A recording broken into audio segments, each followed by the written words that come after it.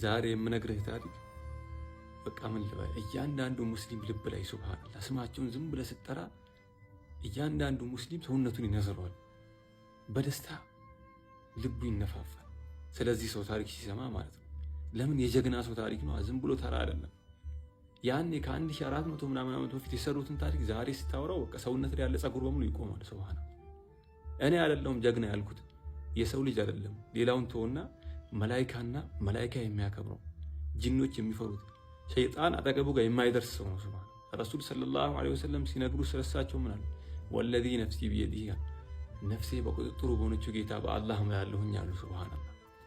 ማለቀየከ ሸይጣኑ ሳሊከን ፈጀን፣ አንተን አሉ የሆነ መንገድ ጀመረ ሸይጣን አያገኘህም ኢላ ሰለከ ፈጀን ገይረ ፈጅክ፣ አንተ የጀመርከውን መንገድ ትቶ ሌላ መንገድ የጀመረ ቢሆን እንጂ አሉ። ሱብሃንአላህ። ሸይጣን ይፈራቸዋል እያልኩ እኮ ነው፣ እያካብድኩ ምናምን አይደለም። አፉ በሉኝ፣ እንደውም ወላሂ አፉ ይበሉኝ እሳቸው። ለምን ስለሳቸው ማውራት ባለብኝ መልኩ ላወራ አልችልም፣ እኔ ላወራ አልችልም። እሺ ይህ ሰው ማን ይባላሉ ካልከኝ ሰይዱና ዑመር ኢብኑል ኸጣብ ረዲየላሁ ዐንሁ ይባላሉ። እስልምና ከጥግ እስከ ጥግ እንዲዳረስ ትልቁን አስተዋጽኦ ካደረጉ ሰዎች መካከል ዋነኛው ሰይዱና ዑመር ናቸው ረዲየላሁ ዐንሁ። በእሳቸው ጊዜ ነው በቃ እስልምና ከአረብ መውጣት ጀመረ። ፋርስና ሩምን ቀጥቅጠው የገዙ። አሁን ዛሬ ፋርስና ሩም ስለ ዝም ብሎ ቀልድ ተራ ሀገር ምናምን እንዳይመስል። ዛሬ አሜሪካ ምናምን ሩሲያ እንደምትለው ቻይና እንደምትለው የዛኔ ፋርስና ሩም ነው የምትጠራው። እነዛን ያንበረከኩ ሰው ናቸው። ስማቸው ገና ሲጠራ ወላሂ እየዋሸዋል ወይ እያካበድኩ አይደለም። ስማቸው ሲጠራ ፋርስና ሩም ላይ ያሉ መንግስታት ሀገራቸውን ይለቁ ነበር በድንጋጤ። ያረገዙ ሴቶች ልጃቸው ይወርድባቸው ነበር በድንጋጤ የሰይዱና ዑመር ስም ሲጠራ። በቃ ሸይጣን ይፈራቸዋል ብያለሁ። ሌላ ምን ለአንተ ሌላ ምን ልንገርህ? ሱብሃንአላህ። ከአላህ ውጭ ማንንም የማይፈሩ ጀግና የነበሩ ሰው በጃሂልያ ዘመን በቃ ተወሱ። ስለ ጃሂልያ ዘመኑ ካወራ እንደውም ዝም ብሎ እንቅፋት መታኝ ምናምን ብሎ አንድ ጎሳ ሙሉ ምናምን ሊያቃጥሉ የሚችሉ ሰው ምንም ማንንም የማይፈሩ እስልምና ከመምጣቱ በፊት በቃ በአረብ ምድር ላይ ጦርነት ሲነሳ በጣም ሲቸገሩ መፍትሄ ያመጣል ብሎ የሚልኩ ሰይዱና ዑመር ነው ረዲየላሁ ዐንሁ። ሄደው ደግሞ እሳቸው አያሳፍሯቸው፣ ወዲያው ቀጥ ያደርጉት ነበር ነገሩን። በቃ አንተ አቁም፣ አንተ ያቆማል ሁሉ እና በጣም ተፈሪ የነበሩ ሰው ናቸው። ዑመር መጣ ከተባለ ሁሉም ዝም ነበር የሚሉ። ርዝመታቸው ቁመታቸው በጣም አስፈሪ ነበር እና ፈረስ ላይ ሲወጡ ዝም ብለው እንደ ሰው እንዲህ መወጣጫ ምናምን ተጠቅመው ፈረሱን ይዘው ምናምን አልነበር፣ ዝም ብለው እግራቸውን አንስተው ነበር የሚጭኑት። በጣም ጀግና የነበሩ ሰው። አእምሮም ደግሞ አላህ ሰጥቷቸው ነበር። ዝም ብሎ ጉልበት ብቻ ሳይሆን አእምሮ። እሳቸው ጋር ማንም ሊመጣ ይችላል፣ ማንም አይበደልም። ከኡመቴ መካከል በፍትህ ፈራጅ እንደ ሰይዱና ዑመር ረዲየላሁ ዐንሁ የለም ብለዋል ረሱላችን ሰለላሁ ዐለይሂ ወሰለም። ዙልም የሚባለው ነገር በቃ አገር ላይ የለም። ሰይዱና ዑመር ረዲየላሁ ዐንሁ አድል የሚባለው ነገር ወይም ደግሞ ፍትሃዊነት በሁለት እግሩ ሲንቀሳቀስ ማየት ከፈለክ ሰይዱና ዑመር ረዲየላሁ ዐንሁ ያቸው ታሪካቸውን ስማ። በቃ እሳቸው አንድ ሰው አይበደልም ነበር እሳቸው ጋር መጥቶ። የሚገርማችሁ ግን እሳቸው በጃሂልያ ዘመን ራሱ እያሉ የሚገርም ባህሪ ነበራቸው። ከዚያ መካከል አንዱ ምን መሰላችሁ? ላመኑበት ነገር ሐቅ ነው ብለው ላሰቡት ነገር ሟች ናቸው። ማንንም አይሰሙም ነበር። እንደና አቡ ጃህል እንደና አቡ ለሀብ ሐቁን እያወቁ ለስልጣን ብለው አልነበረም የጠመሙት። በቃ ያለሁበት ማለት ሐቅ ነው ብለው አስበው ስለነበረ እያንዳንዱን ሰሃባ አድርገዋል። ሁሉንም አሰቃይተዋል። ረሱል እሳቸውን እኮ ጀግንነት ማወቅ ከፈለክ ረሱል ሰለላሁ ዐለይሂ ወሰለም ዱዓ ሲያደርጉ ምን አሉ? ያ አላህ እንደው ከሁለቱ ዑመሮች መካከል አንደኛውን እስልምናን አጠንክረዋል። ምን አድርግ? እስልምናን አጠንክርልኝ። በቃ ምን ያክል ጠንካራ ሰው እንደሆኑ እኮ በዚህ ማወቅ ትችላለህ። አላህ በነብዩ ሰለላሁ ዐለይሂ ወሰለም ዱዓ አማካኝነት እንዲሰልሙ አደረጋቸው። ረሱልን ሰለላሁ ዐለይሂ ወሰለም ካልገደልኩ ብለው እገድላቸዋለሁ ብለው ሰይፋቸውን ታጥቀው እየሄዱ እያሉ አላህ እስልምናን ይሰጣቸው። ገና እንደሰለሙ የመጀመሪያ ቀን ያ ረሱላህ እኛ በሐቅ ላይ ነን አይደል አሉ። አዎ አሏቸው። እሺ እነዛ ሰዎች በውሸት ነው ያሉት አይደል? አዎ። ታዲያ ለምንድን ነው የምንደብቀው አሉ። ለምንድን ነው የምንደብቀው? በል እያንዳንድ ተነሳሉ። ሰሃባን ሁለት ሰፍ አድርገው አንደኛውን ሰልፍ ራሳቸው የመሩ አንደኛውን ሰይዱና ሐምዛ ረዲየላሁ ዐንሁ እየመሩ ወጡ። የዛን ቀን ነው ይላሉ እስልምና በይፋ መካ ላይ የተሰበከው። በይፋ ሰይዱና ኢብኑ መስዑድ ረዲየላሁ ዐንሁ ምን ይላሉ? ሰይዱና ዑመር ረዲየላሁ ዐንሁ እስኪሰልሙ ድረስ አንድ ሰው በግልጽ የሚሰግድ አልነበረም። አንድ ሰው። እሳቸው ልክ የሰለሙ ቀን ተክቢራ በይፋ ተደረገ። እያንዳንዱ ሙስሊም በቃ ራሱን ችሎ ካዕባ እየሄደ መስገድ ጀመረ። ማንም አይነካቸው ነው። እስልምና ገና እንደሰለሙ እዚህ ቁረይሽ ምናምን ሽማምንት ሲያስፈራሩ የነበረውን እነ ሰይዱና ቢላልን እነ ሰይዱና ኢብኑ መስዑድን እነዚህን ደካማ የሚባሉ ሰሃቦችን ሲያሰቃዩ ሲያስፈራሩ የነበሩት እያንዳንዱ ጋር ሄደው ሰልም ያሉ አሉ። ወንድ ከሆንክ ናና እኔን ንካኝ ነበር። ወንድ ከሆንክ አንድ ሰው ግን ዞር ብሎ አላያቸው ነበር። ፈሯቸው። በቃ ጀግና ነበሩ። መጨረሻ ላይ እንዴትም በቃ ተመካክረው ምን ብሎ አንድ ላይ ሆኖ ምናምን ጎሳ ሙሉ ህዝብ መጣ እሳቸውን ለመግደል ማለት። ከዛ እሳቸው ተጋደሏቸው እስኪበቃቸው ድረስ መጨረሻ ላይ ደክሟቸው ቁጭ አሉ።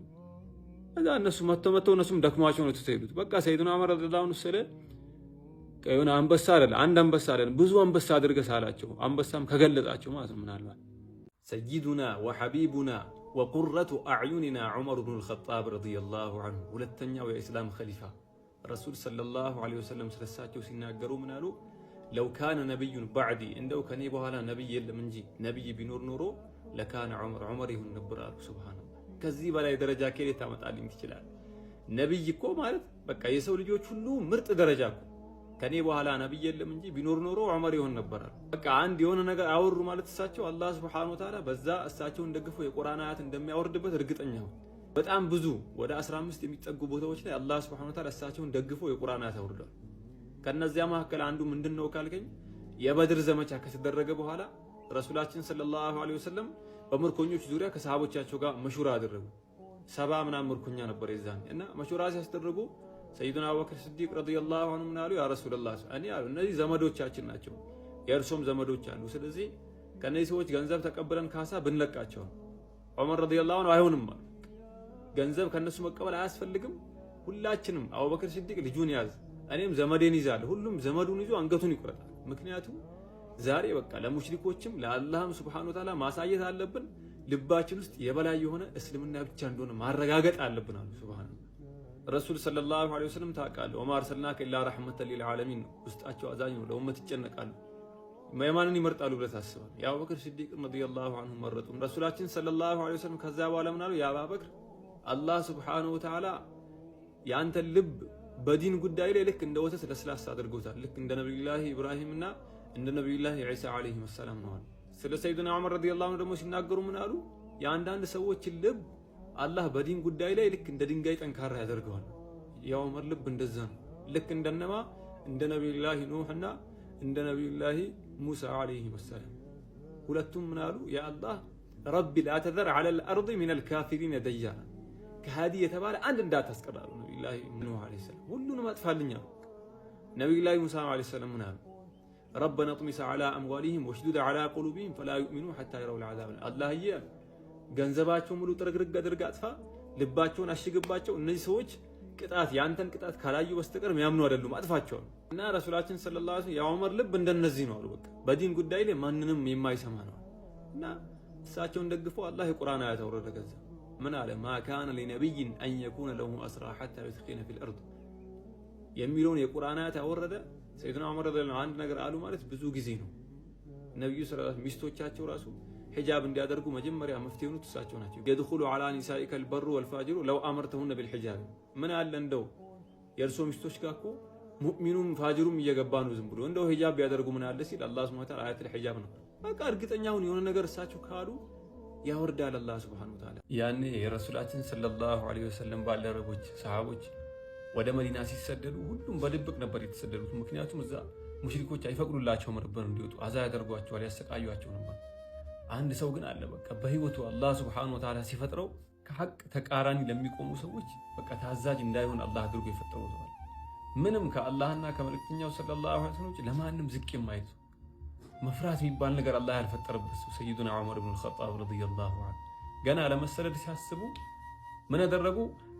ወደ ካዕባ ገቡና ጠዋፍ አድርገው ሙሽሪኮች የሚሰበሰቡበት ቦታ ላይ ሶፋ ወይም መርዋ እዛ ሄዱና ፈስመዑን አሉ፣ እናንተ ሰዎች ሆይ ስሙኝ አሉ። ሻሃቲል ውጁህ እንደው የእናንተ ፊት ምንኛ የሚያስጠላ ፊት ነው አሏቸው። ሱብሃነ በቃ መፍራት የሚባል ነገር የማያውቁ እንዲህ አይነት የጀግና ታሪክ ስትሰማ እኮ ወላሂ ልብህ ላይ የሆነ በቃ አለ ደስታ፣ የኩራት ደስታ ይሰማል። መን ካነ ሚንኩም ዩሪዱ አን ተስከለሁ እሙሁ ከእናንተ መካከል እናቱ ወይኔ ልጄ ዋልጄ ብላ እናቱ እንድታጣው እንድታለቅስለት የሚፈልግ ሰው፣ ወአን የቲመ ወለደሁ ልጆቹ ያለ አባት ተሰቃይተው የቲም ሆነው እንዲያድጉበት የሚፈልግ ሰው ካለ፣ ወአን ቱረመለ ዘውጀቱ ሚስቱ ደግሞ ያለ ባል ተሰቃይታ እንድትኖር ወይኔ ባል እያለች ሁልጊዜ እያለቀሰች እንድትኖር የሚፈልግ ሰው ካለ ፈልየልቀኒ ሚን ወራኢ ሃዘል ዋዲ ከዚህ ሸለቆ ጀርባ ይጠብቀኝ ይገናኛሉ። ነገ ስደት ልወጣ ነው አሉ። ሱብሃነ ወደ መዲና የሚወስደው መንገድ ላይ ይጠብቀኝ፣ ህይወት በቅቶኛል ካለ ከደበረው እኔ እገላግለዋለሁ አሉ። ሱብሃነ ከዛ ማን ተከተላችሁ መሰለህ? ሰው ይከተላችኋል ብለህ እየጠበክ ነው። ሰይዱና ዑመር እኮ ናቸው። ወላሂ መዛት ብቻ እኮ አይደለም ከዛቱ ያደርጉታል። በቃ ከተናገሩ ያደርጉታል።